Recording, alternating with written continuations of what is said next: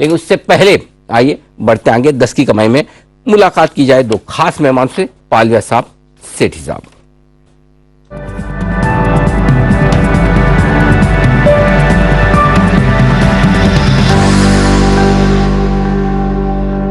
पालविया साहब नमस्कार, स्वागत है आपका। शुरुआत करें सर, आप बताएं पहले अपनी long term pick. Long term pick रहेगी इंजीनियर्स इंडिया। ये स्टॉक में देखें तो एक काफी बड़ा करेक्शन हमने पिछले 3-4 सालों में देखा, लेकिन अगर हम देखें इसके मंथली चार्ट तो पिछले 5-6 महीनों से एक अच्छी रिकवरी देखने को मिली। स्टॉक ने अपने मल्टीपल सपोर्ट एरिया 50 से 55 के आसपास एक बेस बना के वहां पे रिकवरी का ट्रेंड कंटिन्यू किया। जो पिछले महीनों में रिकवरी हुई है, स्टॉक अपने सारे long term short term moving averages के ऊपर सस्टेन होते हुए दिख रहा है। जिस तरीके से डेली वीकली चार्ट बने हैं, यहाँ पे जो ब्रेकआउट देखने को मिले, हमें लगता है ये स्टॉक में अब एक करेक्शन के बाद बॉटम बन के स्टॉक अब अपने वापस अप ट्रेंड को कंटिन्यू करते हुए दिख सकता है। मंथली चार्ट पे भी यहाँ पे ब्रेकआउट विजिबल है, तो इंजीनियर्स इंडिया बाय करने की सलाह है। अपसाइड के टारगेट हम लॉन्ग टर्म में एक्सपेक्ट कर रहे हैं, यहाँ पे आना चाहिए करीब 145 से लेकर 160 रुपए तक के। टॉप लॉस होगा करंट लेवल से करीब 65 रुपीज के आसपास। ओके, तो इंजीनियर्स इंडिया EIL ये है लॉन्ग टर्म पिक के तौर पर खरीदारी करने की राय राजेश जी की तरफ से। आइए सेठी साहब से भी जान ले उनकी पसंद का स्टॉक लॉन्ग टर्म के लिहाज से। सेठी साहब बताएं। बिल्कुल अनिल जी, जो आज की मेरी लॉन्ग टर्म पिक है एक ऑटो कंपोनेंट स्टॉक है। स्टॉक का नाम है गैब्रियल इंडिया, जो अभी 180 के लेवल्स पे ट्रेड करता है। एक जबरदस्त कंपनी है, फंडामेंटल्स बहुत ही अच्छे हैं, दुनिया की one of the leading shock absorbers बनाने वाली कंपनी है, टॉप 5 में आती है। और ईवी पे भी अच्छा खासा फोकस है, टेस्ला को भी कैटर करती है। और उसके अलावा कई मार्केट क्लाइंट लिस्ट है, जैसे मारुति है, बजाज है, Honda, M&M, Volkswagen, Ashok Leyland, इन सबको कैटर करती है। दमदार फंडामेंटल्स है, एक जीरो डेट कंपनी है, अच्छे रिटर्न रेशियोज। और FIS भी इस पे बुलिश है, 10% स्टेक ओन करते हैं, जिसमें HDFC प्रोमिनेंट है, जो 7% से ज्यादा हिस्सेदारी इस कंपनी में रखता है। मुझे लगता है ये स्टॉक यहाँ से बहुत अच्छा करना चाहिए, वैल्यूएशन के लिहाज से भी अच्छा लगता है। 250 रुपए के टारगेट है 9 से 12 महीने के। से 12 महीने में आपको पहुंचता हुआ दिखेगा 250। गैब्रियल इंडिया है वो स्टॉक जो सेठी साहब को है लॉन्ग टर्म के तौर पर पसंद। EIL पसंद है लॉन्ग टर्म के लिहाज से पालविया साहब को। और एक्शन तो भरपूर बाजार में है। प्री बजट रैली की शुरुआत हो चुकी है। आप देखिए 18,150 पर निफ्टी टिकता हुआ दिख रहा है, बैंक निफ्टी 42,900 के ऊपर। अच्छा, प्री बजट से याद आया जी, बजट की हमारी पूरी तैयारियां हैं। बिल्कुल है, पूरा पैनल हमारा तैयार है, बग्गा साहब भी तैयार है। बजट के दिन हमारे पूरे विशेष आयोजन में बग्गा साहब हमारे होंगे ही मुख्य अतिथि, और बाकी सारे हमारे सारे विशेष अतिथि भी हमारे साथ होंगे। लेकिन बजट की तैयारी हम आपके लिए कर रहे हैं। हाँ। और किस तरह से कर रहे हैं जरा उसकी एक झलक दिखा दीजिए। बिल्कुल, हाँ, बिल्कुल।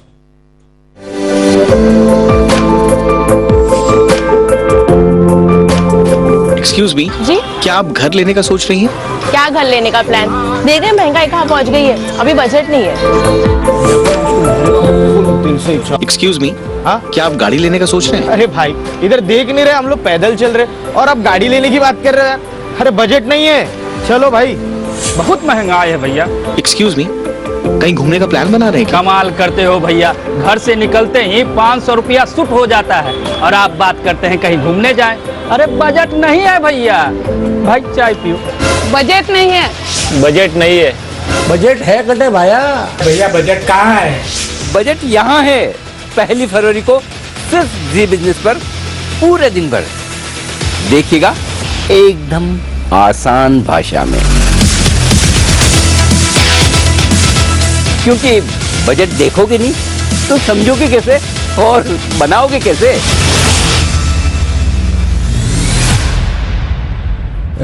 सुपर, बहुत बढ़िया। तो अच्छा, मैं एक खास चीज कहना चाहता हूँ कि हमारी टीम ने बहुत मेहनत की इस कॉन्सेप्ट पर भी और बनाने पर भी। और दीप और हम देख कर बड़ा मतलब बड़ा आनंद आया कि बहुत ही जबरदस्त प्रोमो बजट की पर हमारी टीम ने बनाया है। एक प्रोमो आपने वो पहले देखा था, किस तरह से मशीन और ड्रोन वाला, कैमरा और ड्रोन वाला, और दूसरा प्रोमो। तो हमारी टीम जबरदस्त क्रिएटिव होती हुई दिख रही है और बजट को लेकर पूरी तैयारी हमारी टीम की है। आपकी भी रहनी चाहिए। आपकी तैयारी सिर्फ इतनी करनी है जी, बस 1 फरवरी को पूरे दिन बजट में आपको रहना है जी बिजनेस के साथ। यानी कि बजट मतलब सिर्फ जी बिजनेस, और न सिर्फ 1 फरवरी बल्कि आप बजट से पहले भी और बजट के बाद भी पूरा दमदार कवरेज देखेंगे जी बिजनेस पर। आइए बढ़ते आगे और करेंसी मार्केट में एक्शन है भरपूर। रुपया लगातार नई ऊंचाइयों को छूता हुआ दिख रहा है, अच्छी मजबूती हो रही है और अब आज जो लेवल हमने देखा है 81 रुपए के आसपास, एक बार इसके नीचे भी देखा था। तो नेहा हमारे साथ जुड़ चुकी है इस वक्त करेंसी मार्केट का पूरा एक्शन बताने के लिए। नेहा बताइए। सर ओपनिंग के साथ ही 2 महीने के हाइस पे चला गया। 14 नवंबर के बाद हमने इसे 81 के नीचे जाते हुए देखा है। 14 नवंबर के बाद। हाँ, तो ऑलमोस्ट मतलब 2 महीने से भी अधिक का समय हो चुका है, तो वो स्ट्रेंथ है। 3 सेशन में 1% की मजबूती देखने को मिली है और ये लगातार दूसरा हफ्ता है। हम हमेशा कमोडिटी मार्केट के वीकली गेन्स के बारे में बताते हैं, लेकिन रुपए में भी हमने डॉलर के मुकाबले लगातार दूसरे हफ्ते वीकली गेन्स रजिस्टर होते देखे। सबसे बड़ा फैक्टर तो यहाँ पर डॉलर इंडेक्स है। डॉलर इंडेक्स 101.50 के आसपास ट्रेड करता हुआ दिखा। ऑलमोस्ट 8 महीने के निचले स्तर हैं वो, और 3 महीने में 12% का करेक्शन हो चुका है। जो इसने हाई मल्टी ईयर हाइस बनाया था वहां से हमने देखा है 12% का करेक्शन आ चुका है। 114.77 28 सितंबर को वो लेवल था, वहां से भारी भरकम करेक्शन आया है। लेकिन सबसे बड़ा डेवलपमेंट ये है हमारे भारतीय फॉरेक्स रिजर्व लगातार 2 महीने से यहां इंप्रूवमेंट देखने को मिला और अब 5 महीने के ऊंचे स्तर पर चले गए हैं। और सर वीक ऑन वीक यहां पर $10 बिलियन का शार्प अपसाइड देखने को मिला है। अब $572 के पास है। हाँ, हमने रिकॉर्ड लेवल्स देखे थे 2021 के अंत में। अब फिर से कोशिश हो रही है इसको ऊपर उसी लेवल पे ले जाने की। बड़ी करेंसीज मजबूत है, यूरो, ऑफशोर युआन, येन, जीबीपी, सब पे नजर डाल लें तो ये मल्टी मंथ हाइस पर ट्रेड करते हुए दिखे हैं। और ऑफ कोर्स फेड में जो ब्याज दरों को लेकर थोड़ी सी बढ़ोतरी में नरमी की बात निकल कर आ रही, ये सारे फैक्टर्स हैं जो रुपए को बल प्रदान कर रहे हैं। ऑफ कोर्स हम देख रहे हैं इक्विटी मार्केट भी अच्छा प्रदर्शन दिखा रहा है। एक्सपर्ट्स मानते हैं ये स्ट्रेंथ थोड़ी और जारी रहेगी। आईएफएल का मानना है कि $1 की कीमत आपको 80 रुपए 60 पैसे तक स्ट्रेंथन होती दिख सकती है। एसएमसी 80 रुपए 50 पैसे तक देख रहे हैं और सेंट्रम ब्रोकिंग का मानना है कि 80 रुपए 40 पैसे तक का भी स्ट्रेंथनिंग होती दिख सकती, क्योंकि डॉलर इंडेक्स उनका मानना है अब सब 100 जाएगा, यानी कि 98 और 99 के लेवल्स अब डॉलर इंडेक्स में आने वाले समय में देखने को मिलेंगे। ओके, तो ये है आपके लिए पूरा का पूरा आउटलुक रुपए के लिहाज से, और डॉलर इंडेक्स की कमजोरी रुपए को मजबूत करती हुई दिख रही है, जो अभी हमें बग्गा साहब भी बता रहे थे कि किस तरह का एक्शन रुपए में, डॉलर में और बाकी कमोडिटीज में होता हुआ आपको नजर आ रहा है। तो ये है भरपूर एक्शन करेंसी मार्केट के लिहाज से। आइए इसी पर करते हुए फोकस बढ़ते हैं आगे और वक्त है पोजिशनल पिक का। जरा पालिया साहब से EIL के बाद जानी जाए उनकी पसंद की पोजिशनल पिक बताएं सर। तो अनिल जी, पोजिशनल पिक रहेगी कैम बॉन्ड केमिकल्स लिमिटेड। ये स्टॉक देखे तो अराउंड 2-2.5 साल पहले लिस्ट हुआ था। अब यहाँ पे स्टॉक राउंडिंग बॉटम फॉर्मेशन बना वीकली चार्ट में और उसका काफी अच्छा मूव भी स्टॉक में बनते हुए दिखा और ब्रेकआउट जो बने हैं, हमें लगता है कि ये स्टॉक में एक अच्छा अप ट्रेंड यहाँ पे पोजिशनल बेसिस पे कंटिन्यू होते हुए दिखेगा। ऑलमोस्ट एक करेक्टिव मूव के बाद स्टॉक ने जो हाई बनाए थे उसके बाद से ऑलमोस्ट 150 के लो बनाए और अब वापस प्रीवियस स्विंग हाई को ये ब्रेकआउट करते हुए दिखा है। तो जिस तरीके की यहाँ पे तेजी देखने को मिली है डेली वीकली सेटअप के हिसाब से, हमें लगता है ये स्टॉक में नेक्स्ट टारगेट जो बन सकता है वो करीब 350 रुपए से 360 रुपए तक की अपसाइड यहाँ पे आते हुए दिख सकती है। तो कोई भी छोटी मोटी डिप पे इसको ऐड किया जा सकता है। स्टॉप लॉस होंगे करंट लेवल से यहाँ पे 265 के आसपास। कैम बॉन्ड केमिकल्स बाय करने की सलाह रहेगी positional pick. Okay, Chembond chemicals ये है पोजिशनल पिक के तौर पर आपके लिए खरीदारी करने की राय आती हुई। राजेश पालिया साहब की तरफ से 265 का लगाए आप स्टॉप लॉस। टारगेट जो आपके बनेंगे 350 से 360 रुपए तक के बनेंगे। सजी साहब बताएं सर, गैब्रियल के बाद आपकी पोजिशनल पिक। बिल्कुल अनिल जी, जो आज की मेरी पोजीशन पिक है वो भी एक ऑटो सेक्टर का स्टॉक है। स्टॉक का नाम है ग्रीव्स कॉटन। ये कंपनी ऑटो इंजन्स बनाने के लिए जानी जाती है, मेनली डीजल इंजन्स बनाती है और इसके अलावा फार्म इक्विपमेंट्स, फिर आपके माइनिंग और कंस्ट्रक्शन इक्विपमेंट, इन सब के लिए भी इंजन्स बनाती है। और मार्की क्लाइंट लिस्ट है, जैसे टाटा मोटर्स है, M&M, पियाजो, इन सबको कैटर करती है। इनके साथ लॉन्ग टर्म कॉन्ट्रैक्ट्स रहते हैं। बाकी कंपनी का एक सीरियस फोरे है इलेक्ट्रिक व्हीकल्स में। इन्होंने एक एम्पियर व्हीकल्स नाम की कंपनी को एक्वायर किया था कुछ साल पहले, और हाल ही में जो ऑटो एक्सपो हुआ वहां पे भी इन्होंने 6 नए इलेक्ट्रिक 2 और 3 व्हीलर्स के मॉडल्स लॉन्च करे। फिर कंपनी जो इलेक्ट्रिक पावर ट्रेन्स है उस सेगमेंट में भी कदम रख रही है और वहां पे बहुत बड़ी अपॉर्चुनिटी नजर आ रही है। सितंबर तिमाही भी बहुत ही दमदार थी। पैट आया 33 करोड़ का, जो पिछले साल सितंबर तिमाही में 33 करोड़ का नुकसान था। FIS भी बुलिश है, अराउंड 12% ओन करते हैं। मुझे लगता है ये स्टॉक यहाँ से अच्छा करना चाहिए, तो इसमें खरीदारी करने की सलाह। 170 का मेरा इसमें पोजिशनल टारगेट है और 135 का स्टॉप लॉस रखना। ओके, ग्रीव्स कॉटन 135 का स्टॉप लॉस, 170 के टारगेट पे करनी है खरीदारी। आइए बढ़ते आगे और अब हमारी खास सीरीज मार्केट मांगे मोर, जिसमें बाजार क्या चाहता है बजट से, इस पर होगी खास चर्चा। आज मुलाकात करेंगे बाजार के जाने माने दिग्गज KR चौकसी इन्वेस्टमेंट मैनेजर्स के MD देवेन चौकसी साहब से।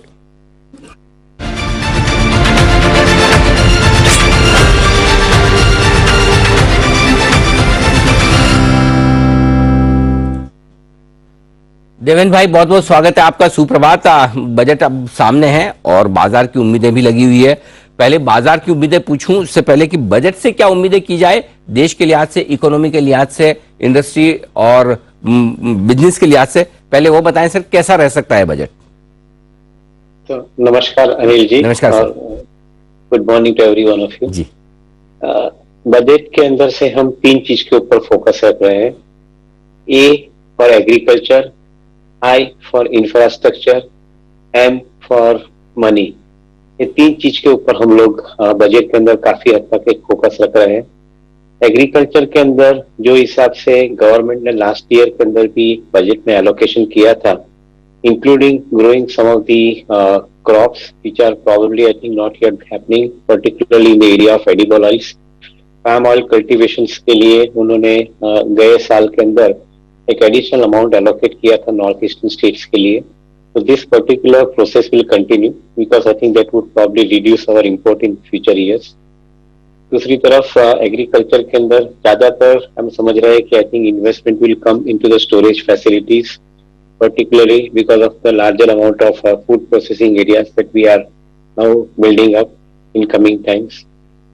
So agriculture would be I think the main source in this year too, like last year. क्योंकि अगले साल का जो इलेक्शन का ईयर है उसके पहले ये लास्ट बजट है, तो उसके अंदर एग्रीकल्चर के ऊपर थ्रस्ट ज्यादा दिया जाएगा। साथ में रूरल इकोनॉमी के ऊपर भी जो थ्रस्ट देना है वो बने रहेगा, बिकॉज वाटर इन टैप जो प्रॉमिस गवर्नमेंट ने पिछले सालों में किया था वो आई थिंक रूरल इकोनॉमी तक पहुंचना जरूरी बनता है before the next election, because that would be also the vote driver as far as I think the government is concern, apart from I think providing the required facilities. So that is an amount I think which is basically going to be significantly allocated in this year. जहां तक infrastructure का सवाल है, 110 लाख करोड़ का जो government ने अभी तक का अनाउंसमेंट किया है उसमें से लास्ट ईयर उन्होंने 7.5 लाख करोड़ का बजट के अंदर उन्होंने एलोकेशन किया था। मेरा ऐसा मानना है जो हिसाब से डायरेक्ट टैक्स के कलेक्शन और GST के कलेक्शन के आंकड़े बाहर आ रहे हैं, इंफ्रास्ट्रक्चर की तरफ गवर्नमेंट का एलोकेशन ये साल के अंदर करीबन 9 लाख करोड़ के आसपास आ सकता है। So that will probably uplift the entire economy in a very systematic manner.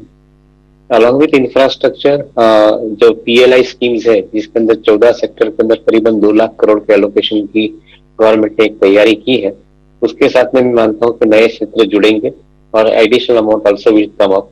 So that will also bring up along with infrastructure the industry का ग्रोथ जो है वो ग्रोथ साथ में जुड़ेगा और आगे के लेके I think allocation of funds will be higher.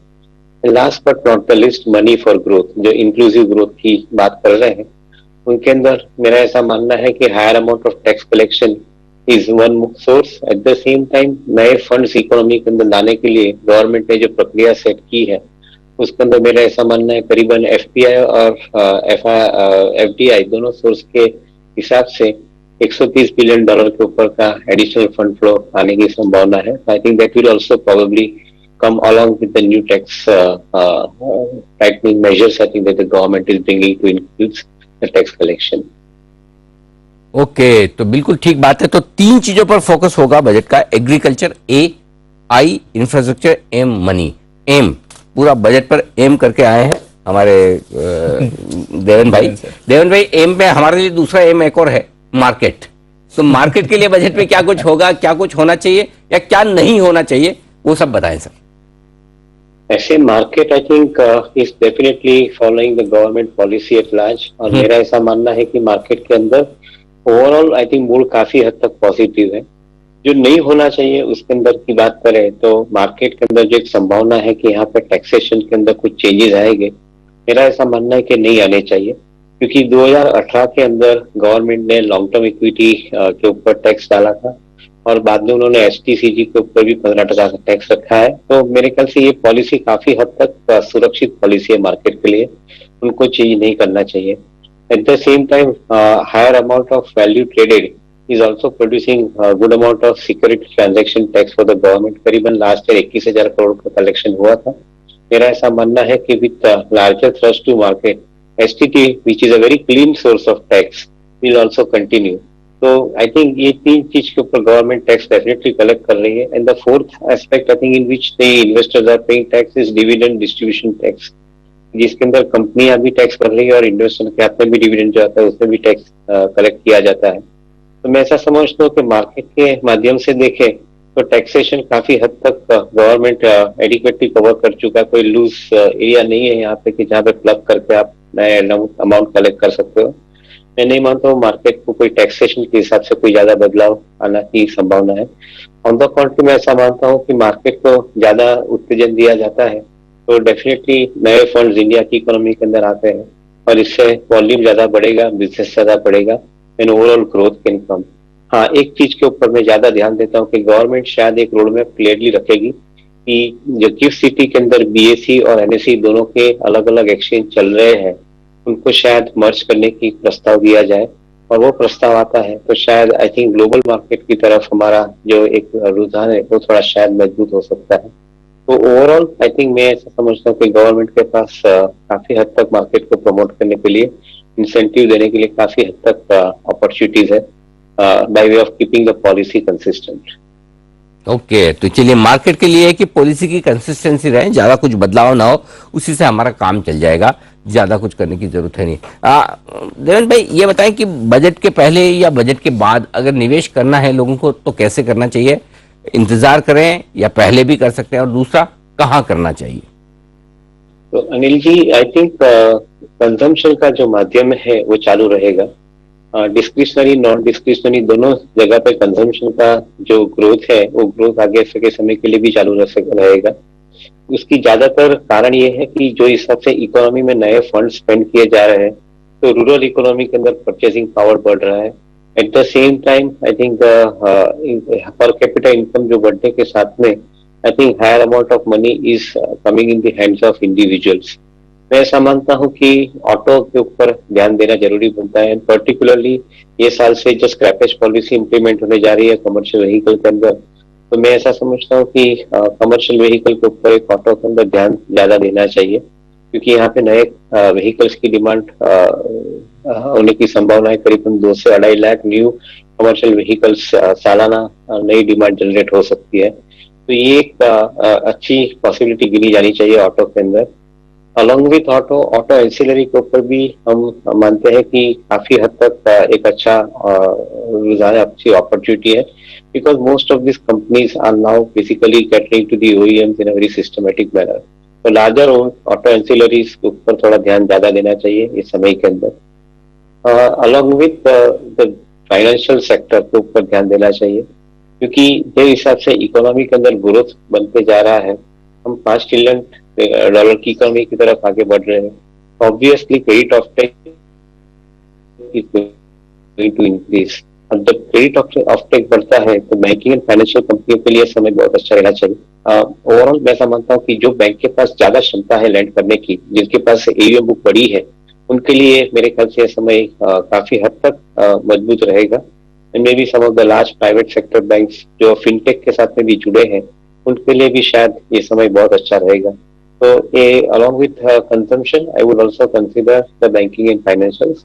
Otherwise rest of the sectors के अंदर, कमोडिटी के अंदर मैं ऐसा समझता हूँ कि थोड़ा बहुत तो ऊपर नीचे बदलाव हो सकता है because I think the prices if they move up in sharp manner तो शायद इंडस्ट्रियल कमोडिटी के अंदर थोड़ा बहुत स्लो डाउन हो सकता है. तो उसके ऊपर थोड़ा कॉशियस अप्रोच रखना जरूरी बनता है आपके लिए खरीदारी करने के लिए आज से कुछ बेहतरीन सेक्टर्स इन्वेस्टमेंट के लिए आज से, जिसमें consumption, financials, banks, auto ancillary, ये सारे सेक्टर हैं. देवेंद्र भाई को पसंद. देवेंद्र भाई बहुत बहुत धन्यवाद ये सारी एनालिसिस हमारे दर्शकों तक पहुंचाने के लिए, बजट के लिहाज से भी और बाजार के लिहाज से भी धन्यवाद आपका. एक छोटे से ब्रेक का वक्त है. ब्रेक के उस पार हम बग्गा साहब से भी करेंगे फिर से मुलाकात और आपके लिए आ रही है शॉर्ट टर्म पिक्स भी.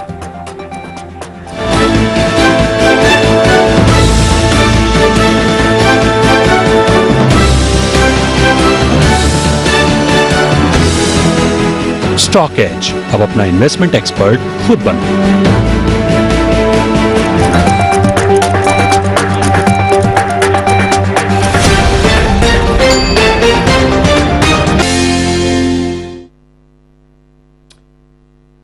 दिसंबर तिमाही के नतीजों और आगे के आउटलुक पर बातचीत करेंगे। हमारे साथ देश की दिग्गज power exchange company, energy exchange company IEX कार्यक्रम में हो रही है शामिल, जिसके आए थे इस वीकेंड पर नतीजे 20 तारीख को। पहले मैं आपके सामने नतीजे रख दूं। नतीजों में आय में 15% की कमी दिखी है, 100 करोड़ पर पहुंचा है आंकड़ा। कामकाजी मुनाफा यानी कि एबिटा 16% घटकर 83 करोड़ रुपए के आसपास रहा है। वहीं मार्जिन 84% से घटकर 83% आए। मुनाफा 77 करोड़ आया है, हल्की सी कमी 4% के साथ। आइए मुलाकात करते हैं कंपनी के चेयरमैन SN गोयल साहब हमारे साथ कार्यक्रम में शामिल हो रहे हैं। गोयल साहब, बहुत बहुत स्वागत है सर, धन्यवाद हमें समय देने के लिए। सबसे पहले बताएं सर, इस तिमाही में लगभग हर एक फ्रंट पर थोड़ी सी कमी आई है, आय में, मुनाफे में, मार्जिन में, क्या वजह रही है सर इसकी? नमस्कार नवीन जी। नमस्कार। देखिए, अगर आप इस क्वार्टर को देखें हम क्वार्टर ऑन क्वार्टर बेसिस में, तो ये क्वार्टर हमारे लिए काफी अच्छा रहा है। क्वार्टर ऑन क्वार्टर बेसिस में हमारी इस बार वॉल्यूम के अंदर में इलेक्ट्रिसिटी में 9% का इंक्रीज हुआ और प्रॉफिट के अंदर में भी करीब 8.4% का इंक्रीज हुआ है। आप ईयर ऑन ईयर बेसिस में देखेंगे तो डेफिनेटली इस बार जो है थोड़ा सा इलेक्ट्रिसिटी साइड के अंदर में 2.2% की कमी हुई है और सर्टिफिकेट सेगमेंट जो कि यहाँ रिन्यूएबल एनर्जी सर्टिफिकेट स्टडी के अंदर में थोड़ी सी इस बार कमी ज्यादा रही, क्योंकि लास्ट ईयर 16 महीने के स्टे के बाद पहली बार ट्रेडिंग स्टार्ट हुई थी, तो वहां पर सर्टिफिकेट की ट्रेडिंग ज्यादा हो गई थी पिछली बार। बट इस साल का देखिए ओवरऑल के अंदर में अगर आप देखें एनर्जी मार्केट्स के अंदर में काफी चैलेंजिंग साल रहा है ये। वर्ल्ड ओवर कोल के प्राइस काफी ज्यादा हो गए थे, गैस के प्राइस काफी ज्यादा हो गए थे और उसका इम्पैक्ट हमें इंडिया में भी देखने को मिला। हमारे यहाँ पर भी जो है इंपोर्टेड कोल बेस्ड के प्लांट पूरे नहीं चल पाए, गैस बेस्ड प्लांट नहीं चल पाए। डोमेस्टिक कोल के ऊपर में वहां पर ई ऑक्शन मार्केट में काफी ज्यादा रेट हो गए थे, करीब 3-4 गुना हो गए थे, तो वेरिएबल कॉस्ट ज्यादा हो गई थी। हमारा क्लियरिंग प्राइस जो कि लास्ट ईयर करीब 4 रुपए था, इस बार करीब 6 रुपए हो गया है, जिसके कारण से थोड़ा सा बाई साइड के अंदर में प्रॉब्लम रही है। मतलब सप्लाई साइड में कॉन्स्टेंट्स रहे थे, तो वॉल्यूम क्लियर लास्ट ईयर के कंपेरिजन में थोड़ा कम रहा है। बट अब मैं देख रहा हूँ कि क्वार्टर ऑन क्वार्टर बेसिस के ऊपर में इंक्रीज आती जा रही है और मुझे पूरी उम्मीद है कि आगे के टाइम के अंदर में ये वॉल्यूम्स और अच्छे होंगे। आप ये कह रहे हैं कि थोड़े से चैलेंजेस जो रहे इस साल पूरे पावर सेक्टर को लेकर, क्या सर आखिरी तिमाही इस फाइनेंशियल ईयर की जो है अभी जनवरी से मार्च वाली में, उसमें कुछ सुधार के संकेत हैं या अगले फाइनेंशियल ईयर तक इंतजार करना होगा? किस तरह के सुधार के संकेत आप देख रहे हैं? जैसा मैंने आपको बताया क्वार्टर ऑन क्वार्टर बेसिस में, इनफैक्ट थर्ड क्वार्टर में भी सेकंड क्वार्टर के कंपैरिजन में इंप्रूवमेंट था और इस बार जनवरी के महीने में भी हमें पिछले साल के कंपैरिजन के अंदर में इंप्रूवमेंट नजर आ रहा है, करीब 10-12% का। मेनली क्योंकि कोल प्रोडक्शन काफी अच्छा हो रहा है अभी, जिसके कारण से पावर प्लांट्स को कोल की सप्लाई हो रही है और वो जनरेशन कर पा रहे हैं, तो सप्लाई साइड के जो कॉन्स्टेंट्स थे वो कम हो रहे हैं। इंटरनेशनल मार्केट के अंदर में भी कोल के रेट कुछ कम हुए हैं अभी, तो और मुझे उम्मीद है कि आने वाले साल के अंदर में इस डायरेक्शन के अंदर में काफी इंप्रूवमेंट और होगी। गवर्नमेंट ऑफ इंडिया ने कोल के प्रोडक्शंस को काफी एक हाई टारगेट रखा है, करीब 1 बिलियन टन का कोल प्रोडक्शन का टारगेट है और मुझे पूरी उम्मीद है कि इस साल की जो ग्रोथ है उसको देखते हुए ये टारगेट भी अचीव हो जाएगा। और अगर ऐसा हुआ तो कोल की शॉर्टेज नहीं होगी और सप्लाई साइड के जो कॉन्स्टेंट्स है वो खत्म हो जाएगा। गोयल साहब, आमतौर पर ऑटोमेटिक ट्रेडिंग प्लेटफॉर्म देने वाले एक्सचेंजेस को लेकर निवेशकों का भरोसा बड़ा मजबूत रहता है कि ये बिजनेस ऐसा है जो आमतौर पर बढ़ता ही है। इस वक्त आपका शेयर का दाम लगभग 52 हफ्तों के निचले स्तरों पर चल रहा है। काफी इन्वेस्टर्स होल्ड भी कर रहे हैं, वो इंतजार भी कर रहे हैं कि परफॉर्मेंस कब सुधरेगी। तो 2 से 3 साल के लिहाज से एक कंपनी का विजन व्यू अगर आप बताना चाहें अपने निवेशकों को कि किस तरह की परफॉर्मेंस अगले 2-3 सालों में कंपनी की आ सकती है? या आपकी आवाज आ रही है परमेश जी की नहीं आ रही? जी, मैं आपको सुन पा रहा हूँ। जी सर, आपने मेरा सवाल सुना सर? क्या मैं आपकी आवाज आ रही है मेरे को? जी, मैं आपको सुन पा रहा हूँ, बताएं सर। ओके, चलिए हम एक बार गोयल साहब से फिर संपर्क करने की कोशिश करेंगे, शायद वो हमारी आवाज उन तक पहुंच नहीं पा रही है। आइए, जब तक उनसे संपर्क हो तब तक एक बार शॉर्ट टर्म पिक्स ले ली जाए। तो पालविया साहब बताएंगे हमें केम बॉन्ड के बाद उनकी शॉर्ट टर्म पिक। पालविया साहब बताएं।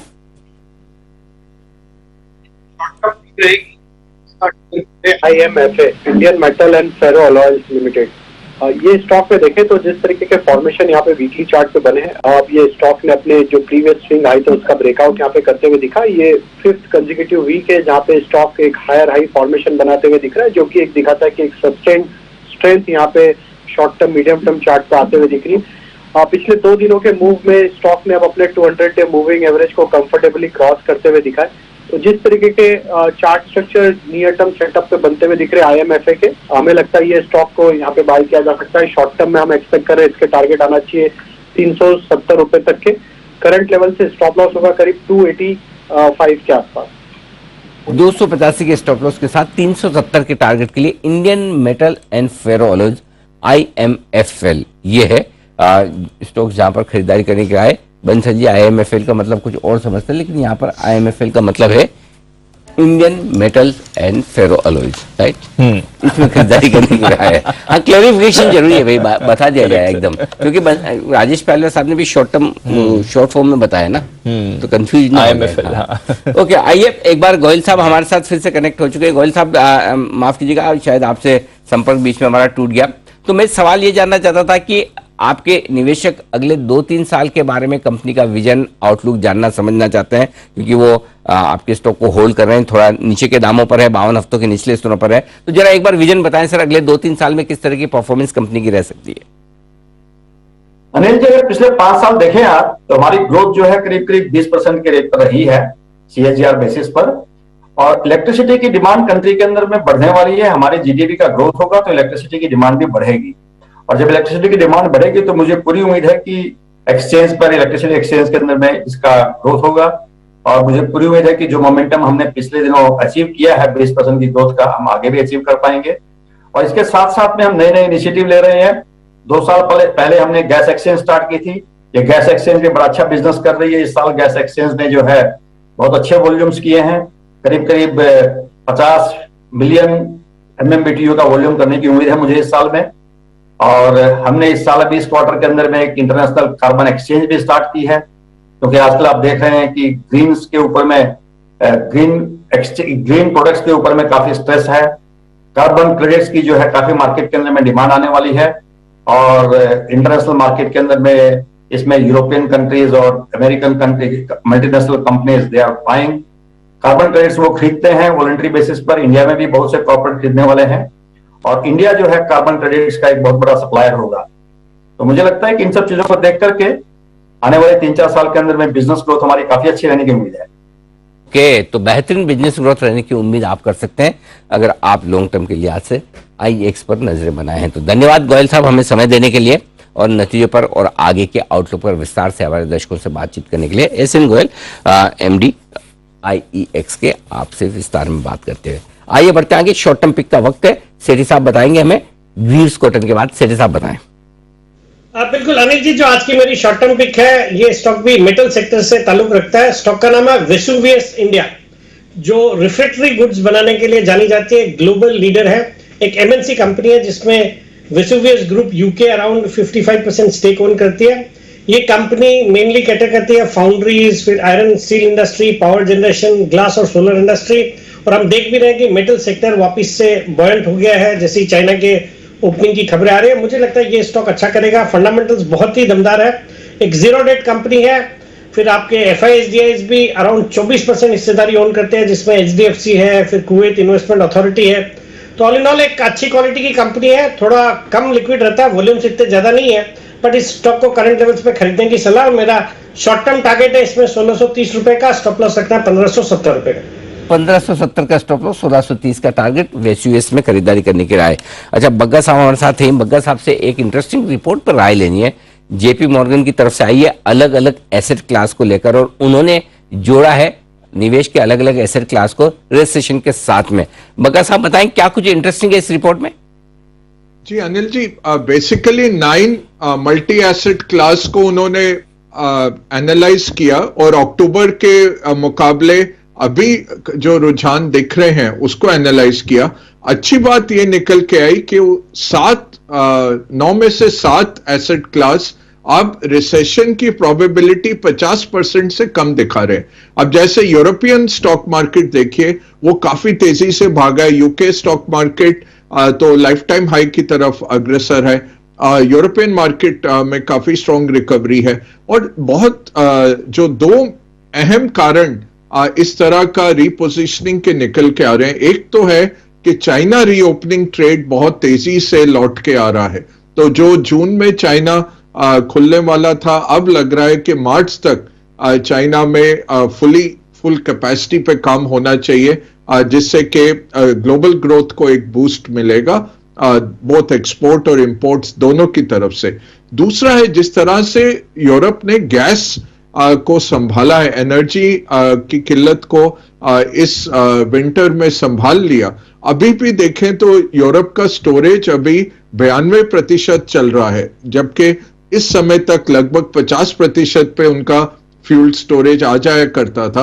तो बहुत अच्छी तरह से उन्होंने संभाला, एलएनजी के शिपमेंट मूव किए और रशिया की गैस ना मिलने के बावजूद यूरोप की एनर्जी रिक्वायरमेंट्स मीट हो गई।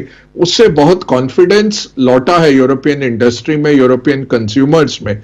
इन्फ्लेशन जरूर प्रॉब्लम है, हाई इंटरेस्ट रेट जरूर प्रॉब्लम है, 50% का ओवरऑल प्रोबेबिलिटी है रिसेशन का, बट जैसे साल की शुरुआत से मैं कहता आया हूं कि इतना कॉन्सेंशुअल व्यू, जब बहुत सारे लोग यूनानिमसली रिसेशन की तरफ झुकते हैं, तब नॉर्मली हमें बच जाना चाहिए। और इस रिपोर्ट का अंत में यही सरमाइश है अनिल जी के सेंट्रल बैंक्स एक सॉफ्ट लैंडिंग इंजीनियर करने में सक्षम रहेंगे, वो कर पाएंगे कि सॉफ्ट लैंडिंग हो रिसेशन के बावजूद, रिसेशन के सामने।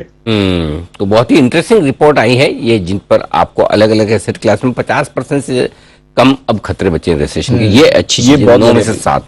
ये बढ़िया इंटरेस्टिंग पूरी डिटेल्स और विश्लेषण आपको बग्गा सामने बताया। शो का समापन करें उससे पहले हिमांशु जी चाहते हैं कि एक कॉल ऑप्शन देना बिना बिगुल वाला। हिमांशु जी बताएं सर। जी अनिल जी, थैंक यू। अनिल जी, मुझे लगता है बैंक निफ्टी का सेटअप काफी पॉजिटिव है और 43,100 तक मेरा मानना है कि आज यहां पर मूव देखने को मिल सकता है। तो 42,900 के स्ट्राइक की कॉल ऑप्शन खरीदारी करेंगे, जो कि अभी 235 रुपए पर ट्रेड करती है।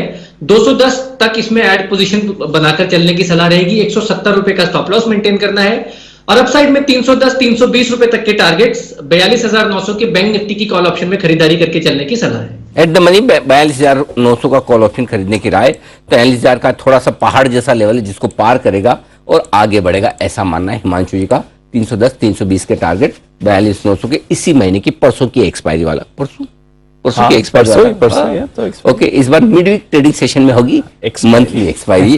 ये है आपके लिए हिमांशु जी की राय। विदा लेने का वक्त है, लेकिन विदा ले उससे पहले आपको बता दें कि आज नेताजी सुभाष चंद्र बोस की जयंती है और इस मौके पर देश मना रहा है पराक्रम दिवस।